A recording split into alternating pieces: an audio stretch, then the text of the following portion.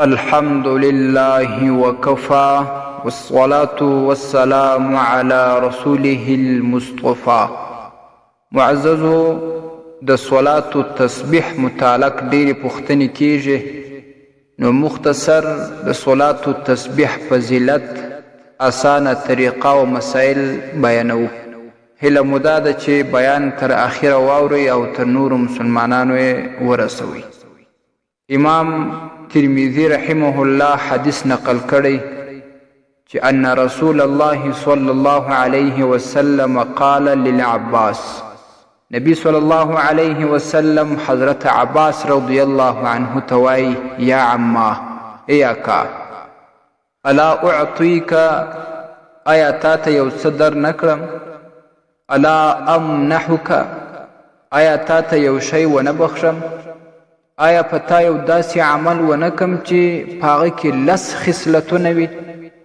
اذا انت فعلت ذلك، چې کله ته دغه فعل وکې، دا عمل وکې، غفر الله لك ذنبك، الله ربي لا یزال به تا ته ستا ګناه معاف کړي. کم ګناهونه دومره عظیم فضیلت لري چې لس قسمه ګناهونه په صلات و تسبیح باندې معافیږي.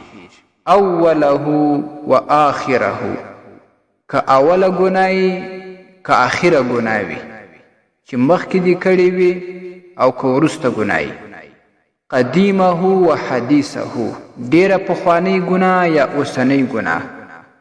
خطأه و عمده، او هغه ګناهونه چې په خطا کې درنه شوي دي او هغه ګناهونه چې په قصد دې کړي دي.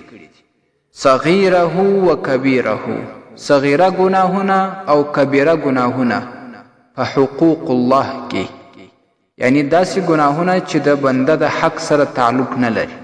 سره و علانیته، که پټه ګناه وي که ښکاره ګناه وي، نو دا ګناهونه په دې صلات تسبیح باندې معافیږي.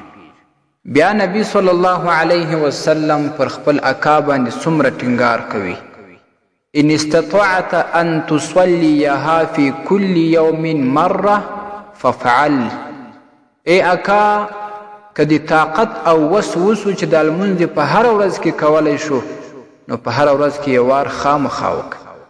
فان لم تفعل ففي كل جمعه مره، که چیرې دې په ورځ کې نسو کولی، په جمعه کې خو یو وار کوه. فان لم تفعل ففي كل شهر مره، پرېږده خو یې ما، که دې په جمعه کې هم نسو کولی، په یوه میاشتو کې خو یې وکړه. فان لم تفعل ففي كل سنه مره، ای عباس، که دې په میاشت کې هم نسو کولی، په کال کې خو یو ځل کوه. فان لم تفعل ففي عمرك مره، ای اکا، که په کال کې هم نسې کولی، په خپل ټول عمر کې خو یې وار د لمونځ وکړه. دومره عظیم فضیلتونه لري. دومره نبی صلی الله علیه وسلم خپل اکا حضرت عباس رضی الله عنه ور باندې باعث کوي، او موږ او تاسې څومره ترې غافله یو. باید دا لمونځ په هره ورځ کې وسي، په جمعه کې وسي، په میاشت کې وسي. او دا حدیث ته ډیرو محدثینو صحیح ویلی دي. امام ابو داود په سنن ابو داود کې راخیستی په 2م جلد کې، او په سنن ترمذی کې راځي په رقم د 481 کې. المستدرک علی الصحیحین د امام حاکم رحمه الله په اول جلد کې راخی. نور ډیرو د احادیثو کتابونو نقل کړی. امام منذری رحمه الله په الترغیب والترهیب کې نقل کړی. بیا وایي وقد صححه جماعه، د علماو پر جماعت د دې حدیث تصحیح کړی ده. اول جلد 288 صفحه. امام ابن عابدین شامی رحمه الله پر رد المحتار کې وایي وحدیثها حسن لکثرة طرقه، د دې حدیث حسن دی ځکه چې په ډیرو طریقو را نقل شوی دی. او دا شان په عون المعبود کې راځي د دې حدیث وروسته. نو دا د حدیث متعلق لنډه تشریح و چې دا حدیث ته پر علما صحیح وایي. د دې په فضیلت کې علامه عبدالعزیز ابن ابي داود صاحب ویلي من اراد الجنه فعليه بصلاة التسبيح. کم څوک چې جنت ته د تلولو اراده لري چې جنت ته ولاړ شي نو پر هغه باندې دا دی چې د صلاة التسبیح لمونځ دې کوي. او دا شان امام ابو عثمان الزاهد رحمه الله وایي ما رأيت للشدائد والغموم مثل صلاة التسبيح. ما د سختیو لپاره، ما د مصیبتونو لپاره، ما د غمونو د نجات لپاره بل داسې شی نه دی لیدلی په مثل د صلاة التسبیح چې په هغه باندې سختی، مصیبتونه، غمونه له منځه ځي او ختمیږي. په اعمالی الاذکار 43 صفحه کې دا راځي. او دا شان په معارف السنن کې امام بنوري رحمه الله هم دا نقل کړي دي. فضایل نور هم زیات دي، بس همدا کفایت کوي. علامه تقی الدین سبکی رحمه الله د دې په فضیلت کې ډیره ناشنا خبره کړې ده.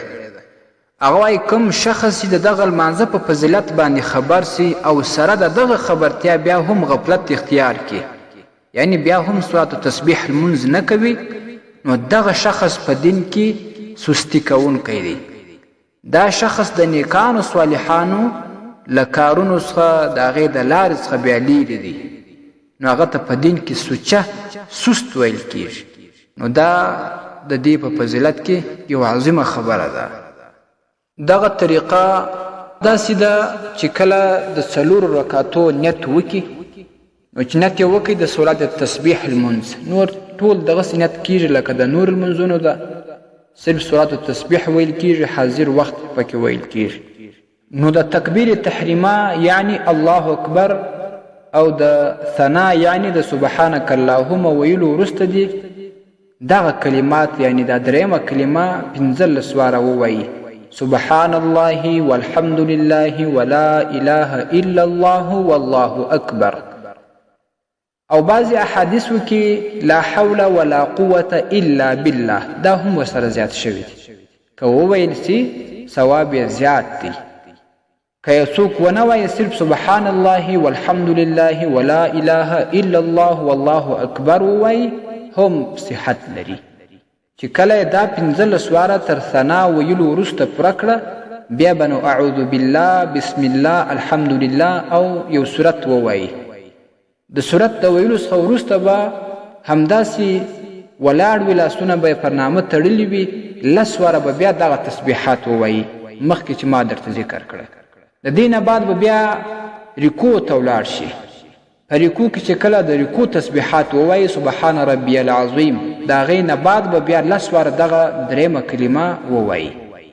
چې کله دا 10 واره په رکوع کې پوره کړه بیا به سمع الله لمن حمیده ووایي او بیا دې ورپسې ربنا لک الحمد ووایي. د هغه نه بعد به بیا دغه تسبیحات 10 واره ووایي، یعنې دغه دریمه کلمه.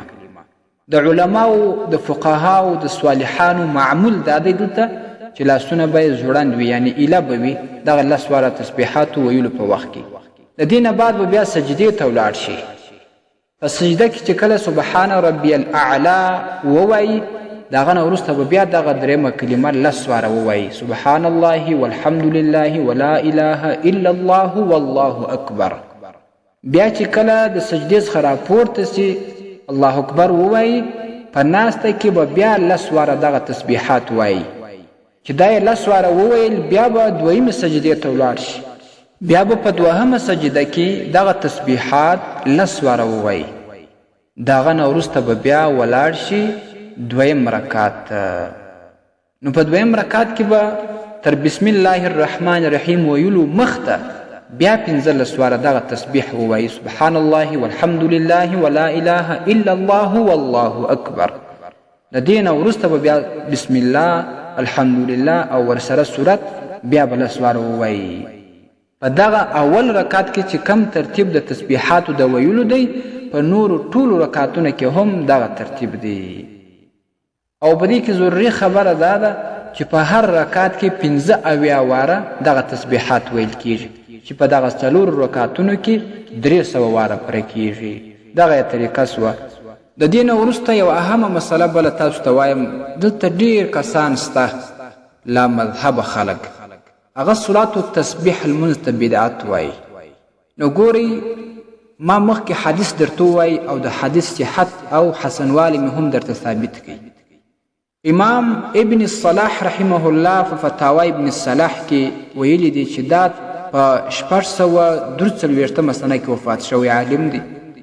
هغه وایي ان حدیثها حسن، د دې صلات التسبیح حدیث حسن دی.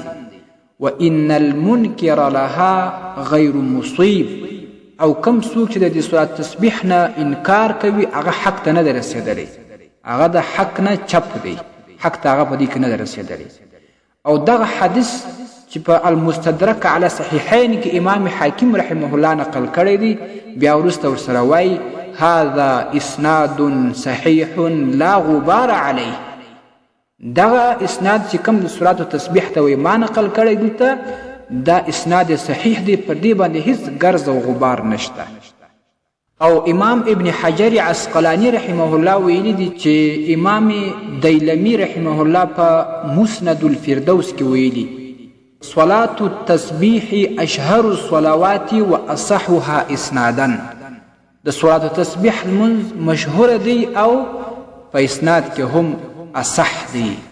عمالی الاذکار د امام ابن حجر رحمه الله 43 صفحه. نو دا د دې منظم متعلق خبره و چې کم کسان دې ته بدعت وایي هغه پر غلطه دي، تاسو هغه وپېژنئ. د دې سره تړلي یو څه مسایل هغه ته تاسې توجه وکړئ. اوله مسله ده چې ډېر کسان د دغه صلات تسبیح لمانځه تسبیحات پر ګوتو باندې شماري. نو پر ګوتو شمېرل نه دي پکار، په دې سره لمونځ فاسدېږي.